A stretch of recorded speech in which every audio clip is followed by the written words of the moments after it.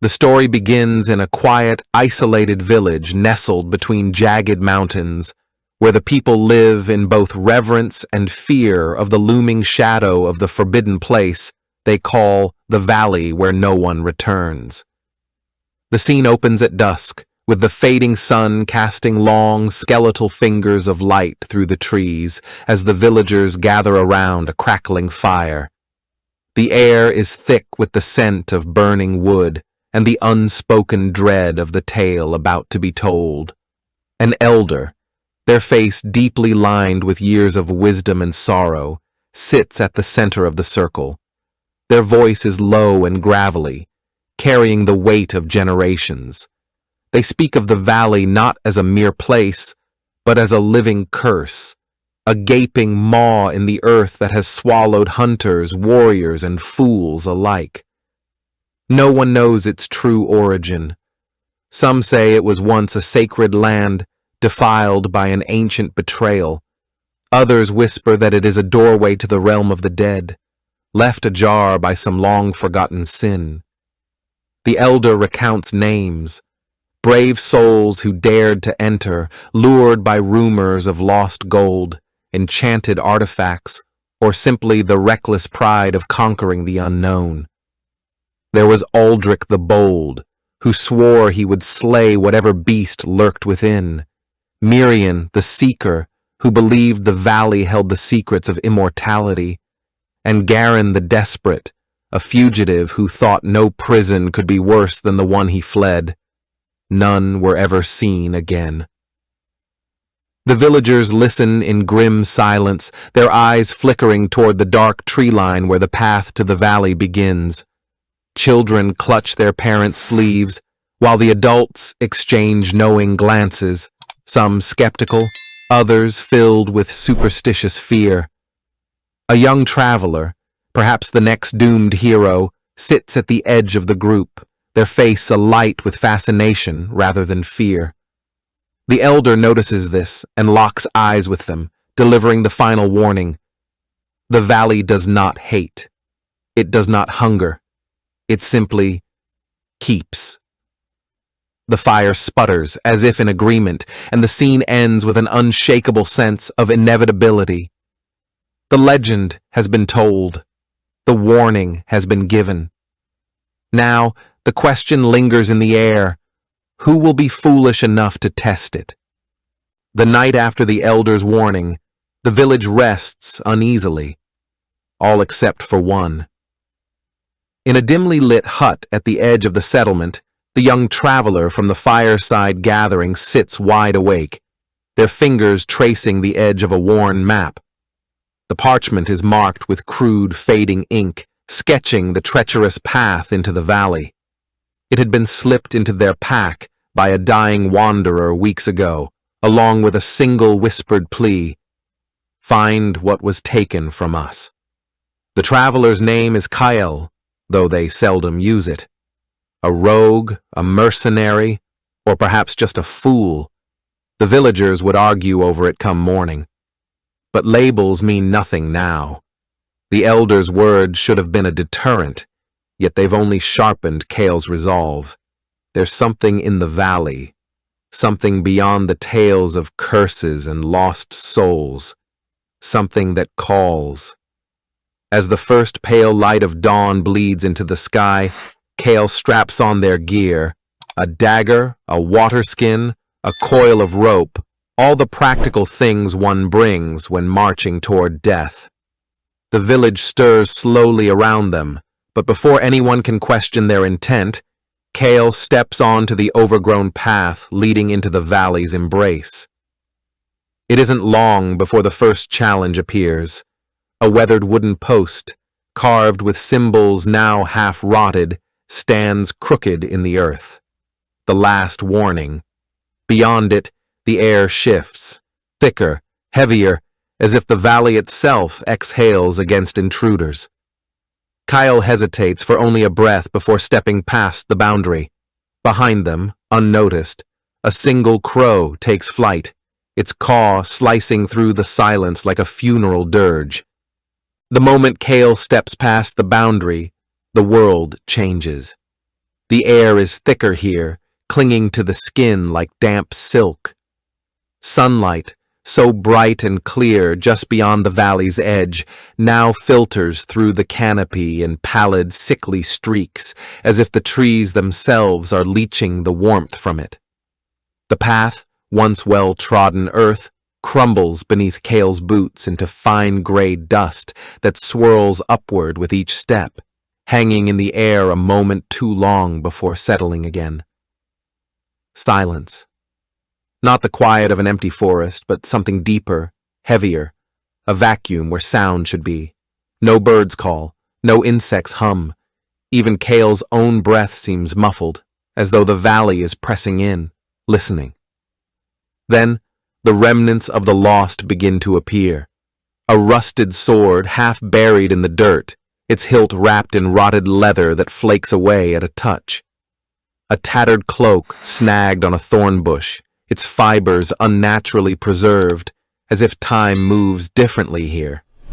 Farther along, a journal lies open, its pages brittle but the ink still dark, a final entry cut short mid-sentence. I can hear it whispering my nen.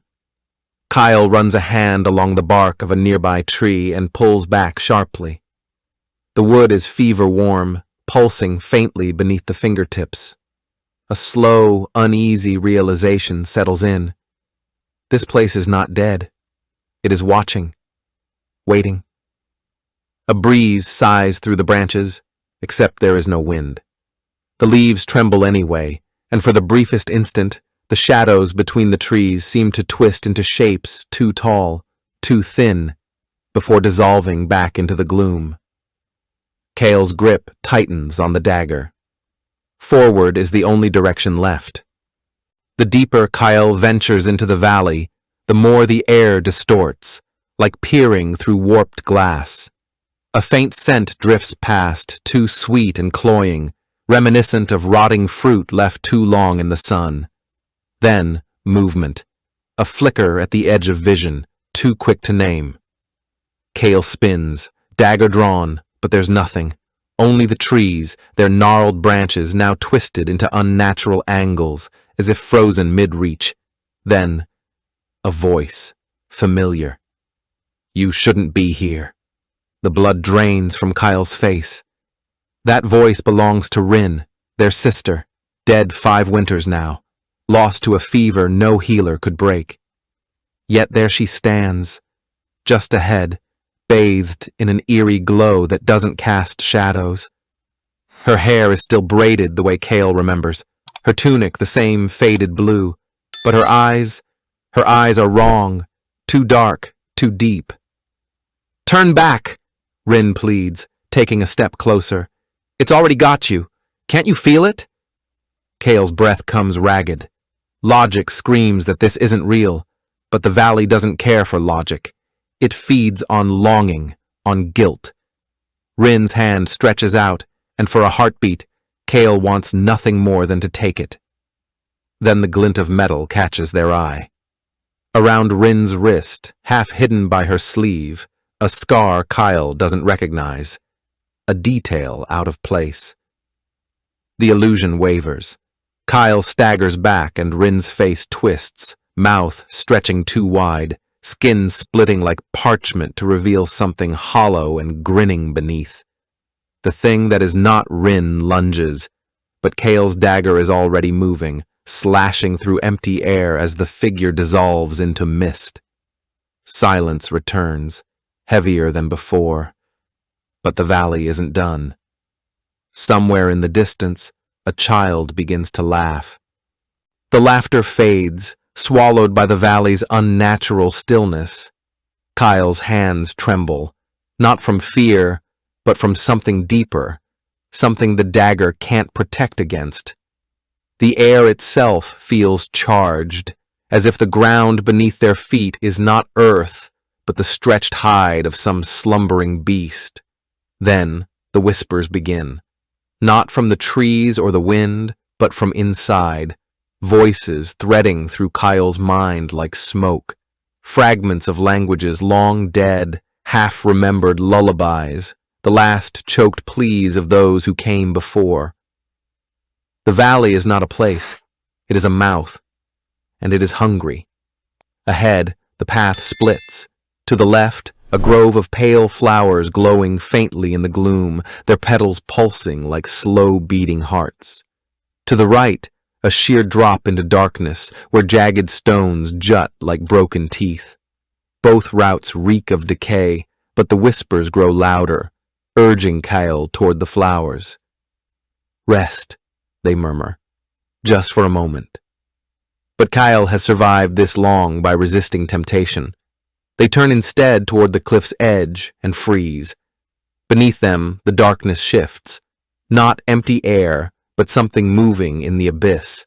A vast, formless presence, its surface rippling with half-glimpsed faces. The lost, the consumed. Their mouths open in silent screams, their hands pressing against the inside of the void as if trying to claw their way out. The valley's truth crashes over Kyle like a wave. This is no cursed land. It is a prison. And the thing trapped within has been waiting for a key. The ground beneath Kyle's feet begins to soften, like flesh yielding to a knife. Each step sinks deeper, the earth pulling hungrily at their boots. The whispers crescendo into a chorus. Not just voices now, but memories that don't belong to them. Flashes of a knight's last stand, a thief's final theft, a lover's broken vow, all flooding Kyle's mind, violent and unwelcome. The valley isn't just showing its history, it's rewriting theirs. Ahead, the path collapses into a cavernous maw of roots and bone. At its center, a grotesque altar pulses, a mass of tangled vines fused with skeletal hands, all clutching a single obsidian key. The whispers scream in unison, "Take it, claim it, you've earned it." Kyle knows, with cold certainty, that this is the test. To take the key is to become the valley's new keeper, to replace the thing that starves in the dark. To refuse is to be devoured, another wailing face in the abyss. Their hand hovers, then a flicker of resistance, a memory not the valley's, but their own. Rin, alive, pressing a wooden whistle into their palm. "For luck," she'd said. Kyle's fingers close around empty air. They step back. The valley howls. Time passes differently beyond the valley's edge. In the village, the days blur together, harvests are gathered, children grow taller, and the old elder who once warned travelers of the cursed valley finally closes their eyes for the last time. No one notices when the wooden post marking the forbidden path rots away entirely, swallowed by weeds. No one remembers why they used to avoid that particular thicket where the shadows lie too still. A new traveler arrives one evening, dust-stained and curious, drawn by rumors of a village untouched by the wars ravaging the lowlands. Over a shared meal, they ask about the overgrown trail winding into the mountains. The villagers exchange glances. There's something they're supposed to say, isn't there? A warning that lingers at the edge of memory, like the fading notes of a forgotten song. But the words don't come. The elder's granddaughter, now a woman with streaks of gray in her hair, frowns at the hearth. "I think it used to be important," she murmurs. But the fire crackles, the moment breaks, and the conversation turns to sweeter things. At dawn, the traveler sets out toward the valley. The morning sun gilds the trees in gold, and for the briefest instant, the light catches on something pale among the branches, a skeletal hand, a trick of the mist. It's gone before the traveler can blink. They whistle as they walk, the sound echoing strangely in the still air. Behind them, the village vanishes into the haze. No one will come looking. Thanks for watching. If you enjoyed this video, hit that like button, subscribe, and ring the bell for more. Let me know your thoughts in the comments. I'd love to hear from you. See you in the next one. Bye for now.